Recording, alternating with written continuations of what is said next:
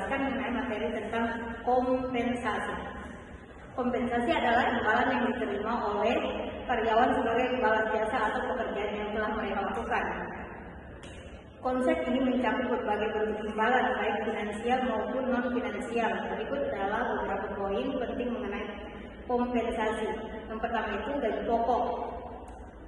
Pembayaran dasar yang diterima karyawan secara reguler. Yang kedua itu tunjangan, komponen tambahan seperti tunjangan kesehatan, tunjangan transportasi, atau tunjangan makan. Yang ketiga itu bonus.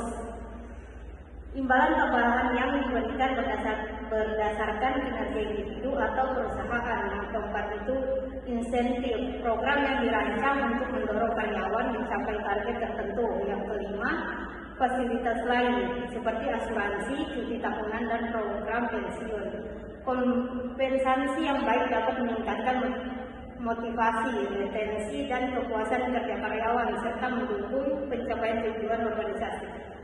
Baik, Assalamualaikum warahmatullahi wabarakatuh. Perkenalkan, nama saya Muhammad Putra Ditya dengan nomor induk mahasiswa 2351591. Di sini saya akan menjelaskan tujuan kompensasi. Itu ada 8.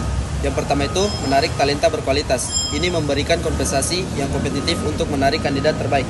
Yang kedua itu mempertahankan karyawan. Ini mencegah turnover dengan menawarkan kompensasi yang adil. Yang ketiga itu meningkatkan produktivitas. Itu mendorong kinerja melalui insentif berbasis prestasi. Yang keempat itu menciptakan keadilan internal. Ini memastikan pembayaran yang adil untuk menghindari konflik. Dan yang kelima mematuhi regulasi, memenuhi standar hukum untuk menghindari sanksi. Dan yang keenam mendukung tujuan organisasi. Yang pertama menyelaraskan kompensasi dengan strategi perusahaan. Terus yang ketujuh membangun reputasi baik, memperkuat citra perusahaan di mata calon karyawan. Dan yang terakhir kedelapan menghargai kinerja, mengapresiasi prestasi karyawan melalui kompensasi yang sesuai. Baik, itu saja dari saya. Terima kasih. Baik, Assalamualaikum warahmatullahi wabarakatuh. Perkenalkan, nama saya Aulia Ramdhani dengan NIM 23515074. Saya dari kelas Perbankan Syariah 3. Jadi di sini saya akan membahas tentang asas pemberian kompensasi. Asas pemberian kompensasi terdiri atas asas adil dan asas layak. Yang dimana asas adil yaitu mengharuskan kompensasi disesuaikan dengan prestasi, tanggung jawab, dan jenis pekerjaan. Kemudian, sedangkan asas layak yaitu memastikan kompensasi memenuhi kebutuhan hidup karyawan sesuai dengan standar yang berlaku. Adapun studi kasusnya, kompensasi yang diberikan PT Kusuma Hadi Sentosa mempunyai tujuan antara lain, yaitu yang pertama, ikatan kerjasama. PT Kusuma Hadi Sentosa telah menjalin hubungan kerjasama antara perusahaan dengan karyawannya melalui perjanjian kerjasama yang telah disepakati oleh kedua pihak, yaitu PT Kusuma Hadi dengan serikat pekerja. Dengan pemberian kompensasi yang layak, maka para karyawan tidak akan pindah ke perusahaan lain yang menjanjikan gaji yang lebih besar. Kemudian, disiplin. Dengan pemberian fasilitas berupa seragam kerja yang diberikan setiap tahunnya, karyawan lebih disiplin dalam berpakaian. Kemudian yang ketiga, pengaruh serikat buruh atau menghindari ketuntutan serikat pekerja. PT Kusuma Hadi Sentosa mempunyai ikatan kerjasama dengan SPN Kusuma Hadi. Selama PT Kusuma Hadi Sentosa berdiri, tidak pernah ada kejadian demo karyawan karena PT Kusuma Hadi selalu memberikan kompensasi sesuai dengan perjanjian kerja. Kemudian yang terakhir yaitu pengaruh pemerintah atau menghindari intervensi pemerintah. Salah satu tujuan PT Kusuma Hadi Sentosa memberikan kompensasi selain menghindari tuntutan serikat pekerja, juga karena mematuhi undang-undang pemerintah yang berlaku. Kemudian asas yang diterapkan PT Kusuma Hadi Sentosa dalam pemberian upah dapat dilihat dari prestasi kerja, jabatan, masa kerja, dan jenis atau sifat pekerjaan. Kemudian yang pertama itu dari permintaan dan persediaan. PT Kusuma Hadi Sentosa tidak memperhitungkan faktor pemerintah yang persediaan produknya untuk pemberian kompensasi. Jadi, baik permintaan banyak maupun sedikit tidak berpengaruh pada pemberian kompensasi. Hanya saja jika target yang ditentukan tercapai akan mendapatkan uang tambahan. Kemudian yang kedua yaitu kemampuan membayar. PT Kusuma Hadi Sentosa dalam menentukan besarnya kompensasi yang diberikan karyawan telah memperhatikan faktor kemampuan membayar perusahaan. Hal itu dilakukan agar perusahaan tidak mengalami kerugian. Sistem kompensasi adalah sistem yang mengatur imbalan yang diberikan perusahaan kepada karyawan atas jasa atau hasil kerja. Kompensasi dapat berupa imbalan finansial maupun non-finansial. Kompensasi finansial dibagi menjadi dua jenis, yaitu kompensasi langsung dan kompensasi tidak langsung. Kompensasi langsung adalah imbalan yang diberikan perusahaan secara langsung kepada karyawan, seperti gaji pokok, lembur, bonus, laba, dan komisi penjualan. Kompensasi tidak langsung adalah imbalan yang diberikan melalui program proteksi, seperti asuransi atau jaminan hari tua. Kompensasi non finansial adalah imbalan yang diberikan dalam bentuk selain gaji, komisi atau uang seperti promosi jabatan, kenaikan pangkat, tanggung jawab baru, paket liburan, paket pribadi, mobil dinas, kegiatan klub, penghargaan dalam bentuk sertifikat ataupun pendawan pribadi dari jabatan senior, dan partisipasi dalam program pengembangan pribadi. Sistem kompensasi yang baik dapat menjamin kepuasan karyawan sehingga perusahaan dapat memelihara dan memperkerjakan karyawan yang bekerja tinggi. Pemberian kompensasi yang adil dan layak dapat merangsang gairah dan kepuasan kerja pegawai. Baik, Assalamualaikum warahmatullahi wabarakatuh. Selanjutnya saya akan menjelaskan tentang komponen dan jenis kompensasi. Kompensasi adalah imbalan yang diberikan kepada karyawan sebagai pengakuan atas kontribusi mereka terhadap perusahaan.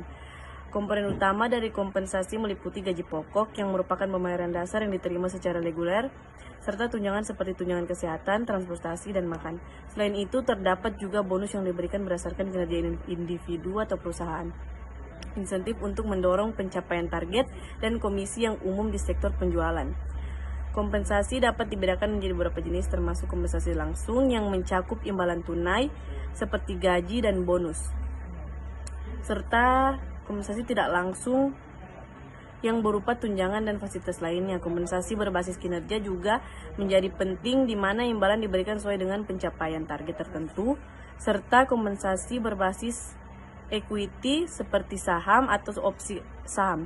Dengan pengaturan kompensasi yang tepat, perusahaan dapat meningkatkan motivasi dan kepuasan kerja karyawan, serta menarik dan mempertahankan talenta terbaik. Sekian, wassalamualaikum warahmatullahi wabarakatuh. Baik, perkenalkan, nama saya Muhammad Prasetyo dengan akhiran NIM 093 atau 23510093. Jadi di sini saya akan menjelaskan apa itu reward.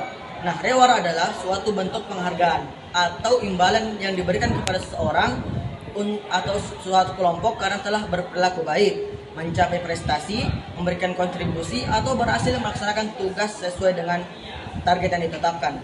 Adapun reward yang bisa diberikan berupa materi seperti bonus, insentif, maupun non materi seperti pujian atau pengakuan. Sekian dari saya. Terima kasih. Baik, perkenalkan, nama saya Ardian Zafir Hasan dengan NIM 2351500092.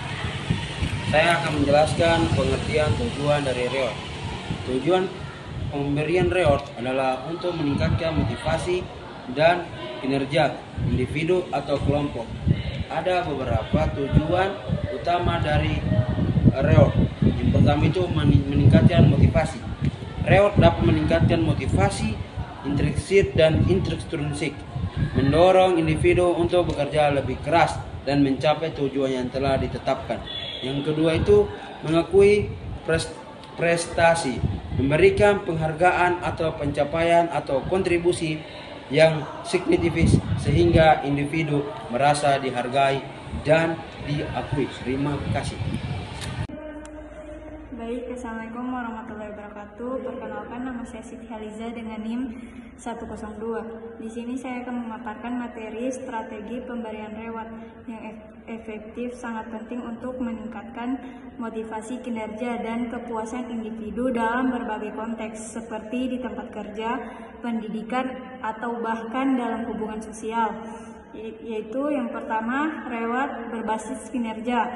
memberikan penghargaan berdasarkan pencapaian atau hasil yang terukur, misalnya bonus atau kenaikan gaji bagi karyawan yang mencapai target tertentu. Yang kedua, reward intrinsik, memberikan penghargaan yang bersifat internal seperti penghargaan atas usaha dan komitmen yang ditunjukkan. Yang ketiga, reward extrinsic, memberikan penghargaan berupa benda atau imbalan fisik seperti uang, hadiah, atau voucher. Yang keempat, reward positif, menggunakan penguatan positif dengan memberikan reward setelah perilaku atau tindakan yang diinginkan. Ini bisa berupa pujian, penghargaan, atau kesempatan lebih besar. Yang kelima, reward yang terukur dan spesifik, memberikan reward yang jelas dan terukur. Misalnya, jika kamu menyelesaikan tugas dalam waktu 2 jam, kamu akan mendapatkan bonus sebesar 10%. Keuntungan meningkatkan fokus pada tujuan spesifik dan mendorong pencapaian yang lebih cepat. Yang keenam, reward dalam bentuk penghargaan sosial, memberikan penghargaan yang berhubungan dengan status sosial seperti pengakuan di depan publik, sertifikat, atau penghargaan khusus di acara besar. Sekian dari saya. ご覧いただきありがとうございます。 Subscribe to my channel.